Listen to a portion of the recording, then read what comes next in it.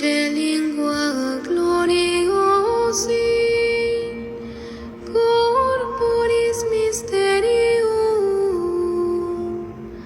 sanguinisque pretiosi, quem in mundi pretium, fructus ventris generosi.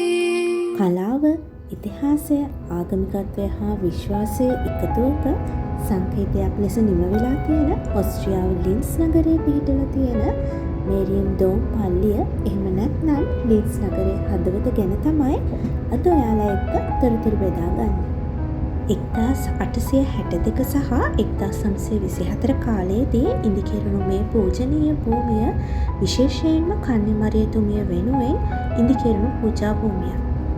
Vincent ස්ටැට්ස් නම් check ජනමාධ්‍ය වාස්තු ශිල්පියෙකු විසින් තමයි මේ පල්ලිය ඉදිකිරීම් කටයුතු කරලා තියෙන්නේ. ඔස්ට්‍රියාවේ දැනට තියෙන විශාලම පල්ලිය ලෙස මේ මේරියන් ඩෝම්ස් පල්ලිය හඳුන්වන්න පුළුවන්.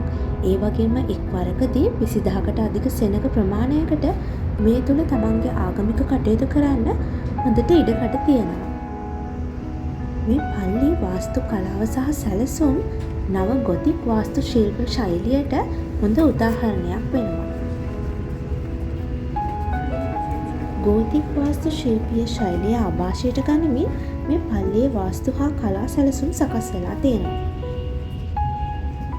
වියානවල පිහිටලා තියෙන මීටර් 136ක් උසින් යුත් ස්ටෙපන් පල්ලියට වඩා ඔස්ට්‍රියාවේ අනෙකුත් දේවස්ථාන උස නොවිය යුතු යන විශ්වාසය තුළ ඉඳගෙන මෙම දේවස්ථානයේ මූලික කුටියේ උස මීටර් 135කට සීමා කරලා තියෙනවා.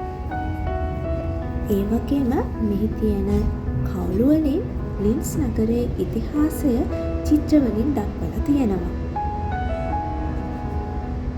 ඊට අමතරව ගැඹුරු බුද්ධිමත් කතාමාලා, ඒ වගේම ඔස්ට්‍රියාවේ ඉතිහාසය සහ දෙවන ලෝක යුද්ධයේ සිදුවීම්ද මේ චිත්‍රවලට අන්තර්ගතයි.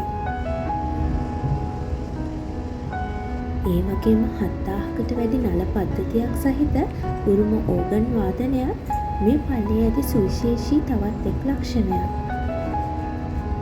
මේ පල්ලිය මම මුලින්ම දැකපු දවසේ මට හිතුනේ ඒක නිකන් හරියට අහස ඉදිකරපු රජමාලිකාවක් වගේ කියලා.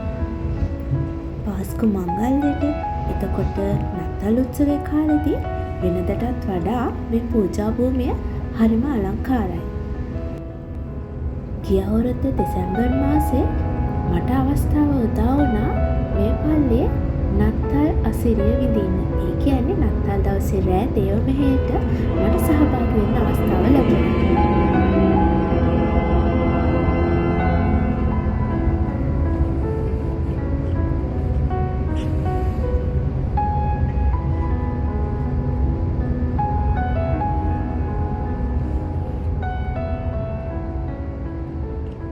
දෙසැම්බර් මාසේ පටන් ගන්නකොටම මේ දේවස්ථානය ඇතුළේ නත්තල් ගස් විශාල ප්‍රමාණයක් තියලා තිබුණා. අපේ ප්‍රාර්ථනා, අපේ සිතුවිලි ගැන කියලා දෙවියන් වහන්සේ වෙත පණිවිඩයක් ලියන්න. ඒ වගේම මේ ලියපු පණිවිඩේ ඒ ගස්වල එල්ලලා තියන්න.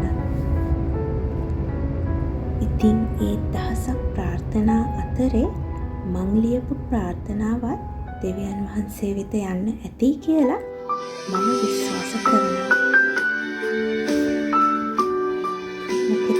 විශ්වාසයන් සහ බලාපොරොත්තු තමයි මිනිස්සුන්ව මේ ලෝක ජීවත් කරන්නේ. මිනිස්සුන්ට මේ ලෝක ජීවත් වෙන්න